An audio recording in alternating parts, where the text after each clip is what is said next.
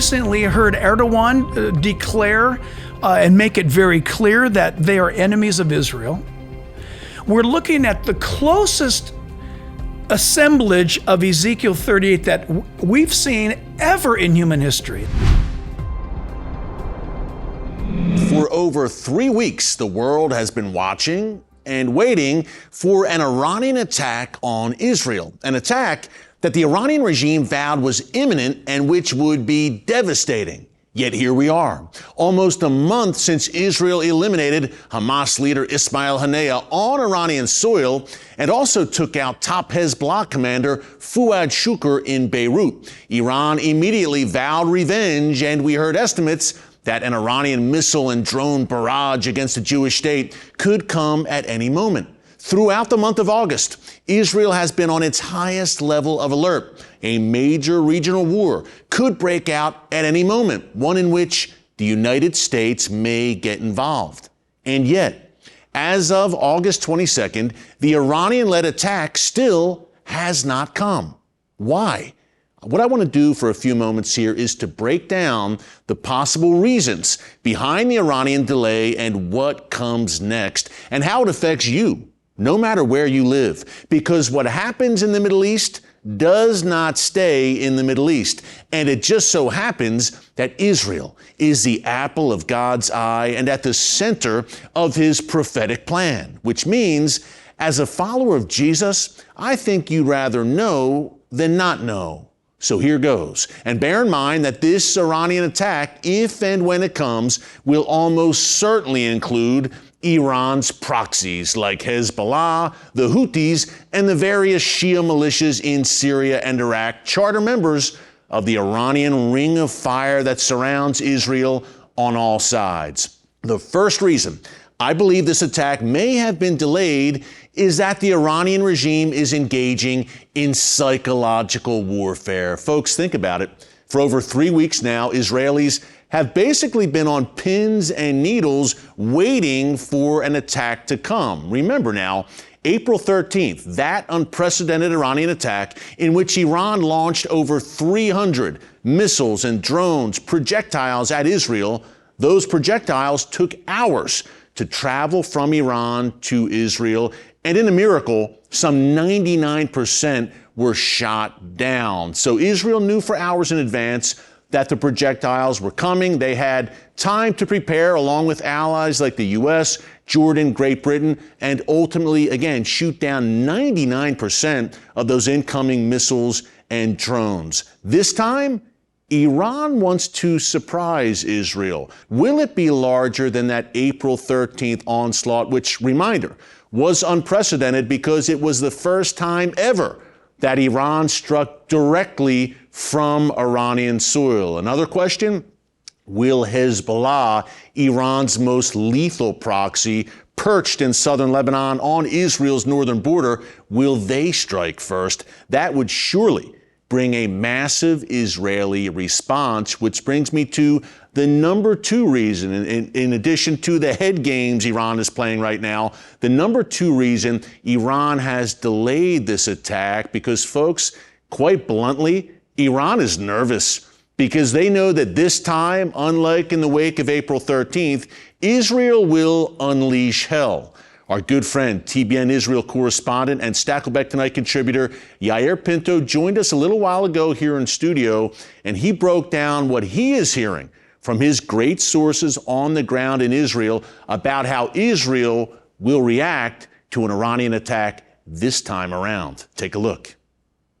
Israel has plans in motion to respond immediately after one missile will be launched from Iran against Israel and hit vital factories of oil in Iran, vital military installations in the Islamic Republic of Iran, as well as water facilities and other key and valuable assets for the Iranian regime.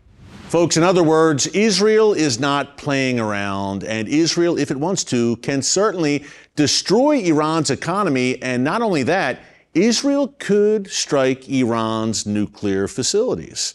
And that would certainly be a trigger for a major regional war. I think that depends on how large this Iranian attack is. Does it go from over 300 projectiles to say over 1,000 missiles and drones coming into Israel? Do they target civilian centers in Israel? These are the big questions right now in the Iranian regime, within the regime. And so Iran is weighing, is it worth it? Look, the Biden administration has warned Iran in recent weeks through back channels that Israel's response will be devastating. And I believe that has the regime on its heels. And that is why the new Iranian president, Masoud Pezeshkian, and Iran's elite Islamic Revolutionary Guards Corps are reportedly debating their next course of action. Now, Pezeshkian wants to hit Israeli targets abroad, not Israel proper, but say an Israeli consulate, an embassy, a Jewish center, someplace across the world. And folks, remember, that was previously the Iranian regime's MO. They wouldn't strike Israel directly. They would strike abroad at Jewish and Israeli interest, or more likely, Iran would simply employ its proxies, that ring of fire I mentioned a minute ago. They would unleash on Israel, and Iran would then have what I call implausible deniability. They'd say, hey, we didn't do it. But now Iran has backed itself into a corner.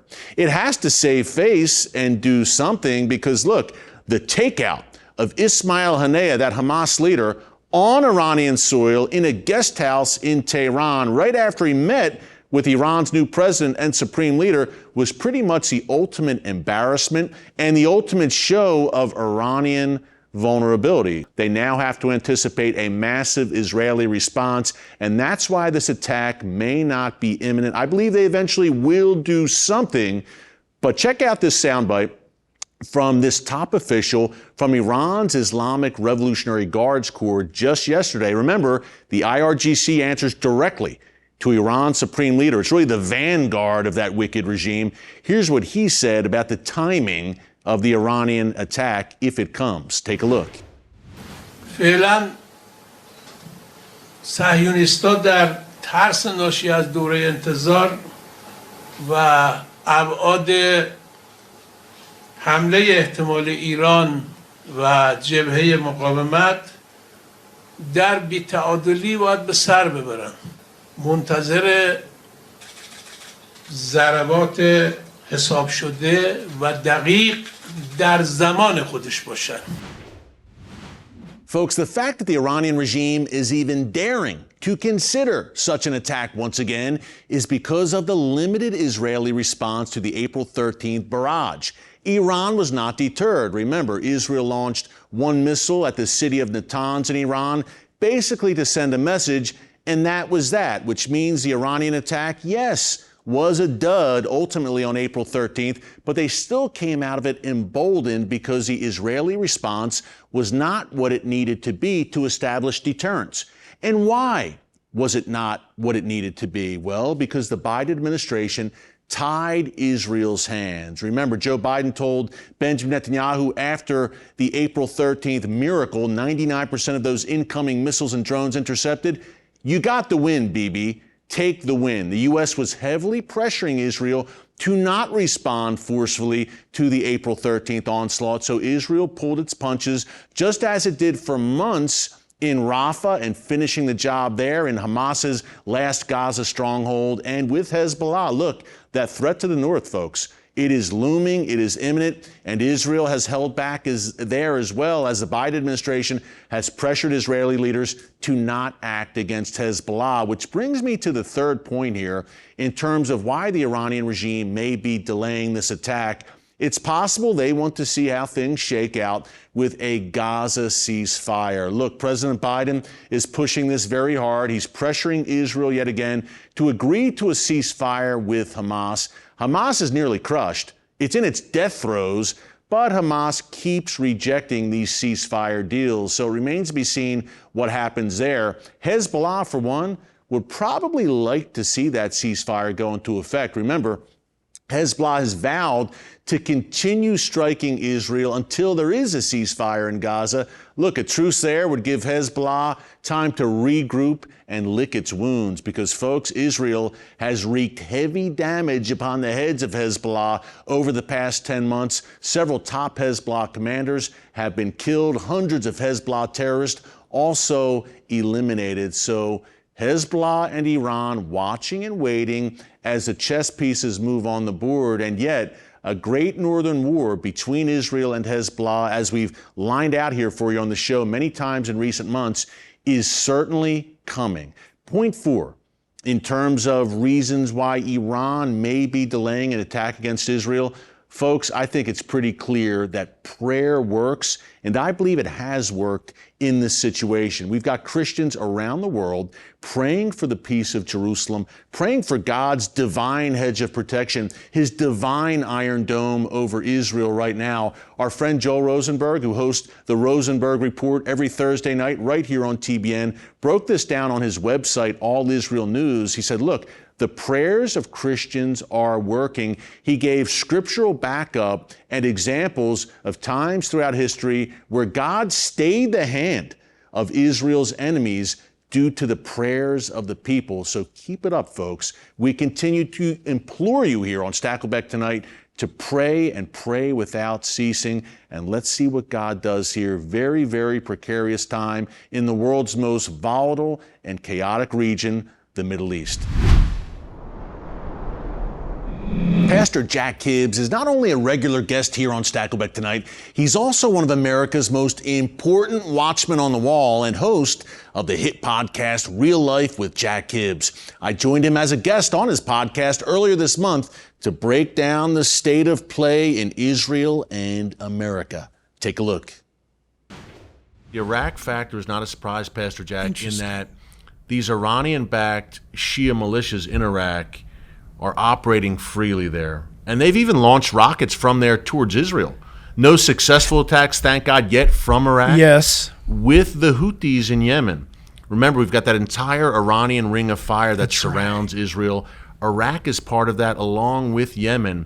And they've collaborated and launched rockets together at Israel. Now, until a few weeks ago when we had a deadly attack in Tel Aviv, the Houthis hadn't had much success, nor did these Iraqi militias, but it's a new day for sure after the death of Ismail Haniyeh, the Hamas leader, and that Hezbollah commander who you mentioned. Baghdad could be a crossroads in a lot of ways. You're going to have rockets sailing back and forth over Baghdad, coming from both directions, Iran towards Israel, Israel perhaps towards Iran. But those militias in Iraq are very strong. Iraq essentially has become an Iranian satellite. That's interesting because Aren't they the two despite separate, our embassy? Aren't they the two separate houses, they call it, of Islam? There's the Sunni and the Shia, but they'll unite, won't they, to go after Israel? They'll kill each other, won't they? No doubt. Great point. The enemy of my enemy is my friend. The Middle East it's heating up. It's not cooling down. No. We have an extremely compromised United States, thus the United States forces, leaderless. Yeah. I mean, it pains me to say this, but let's be honest. Literally leaderless. We are literally leaderless as a country right now. No doubt. We have no functioning president. Yep. We have a campaign that's underway. There's a lot of international interest that would like to leverage this time of insecurity in America to bring us to the point of not being able to respond. An anti-Semitic atmosphere in this world like you and I have never seen before in our lifetimes. Absolutely. We have got Israel surrounded. We've recently heard Erdogan declare and make it very clear that they are enemies of Israel. We're looking at the closest assemblage of Ezekiel 38 that we've seen ever in human history. And that's not I'm being conservative right now about that. We are so close to something going on. If you were the enemy of Israel, thus the enemy of America, you've got a lot of incentives right now to act quickly. Yeah. If you're not China, if you're not Iran, or even Venezuela, for crying out loud. Agreed. Why not act now? Yeah. What are your thoughts on this? I think you're exactly right. I think there is a window, Pastor Jack, between now and January 2025, when Donald Trump, God willing, gets back in office, where I call them the Gathering Storm Coalition. Yes. Winston Churchill used the term the Gathering Storm. Russia, China, Iran, North Korea, the charter members. I'd say the B team to that coalition, you mentioned Venezuela, Cuba, Belarus, and the Iranian proxies, the Assad regime, Hezbollah, Hamas, etc.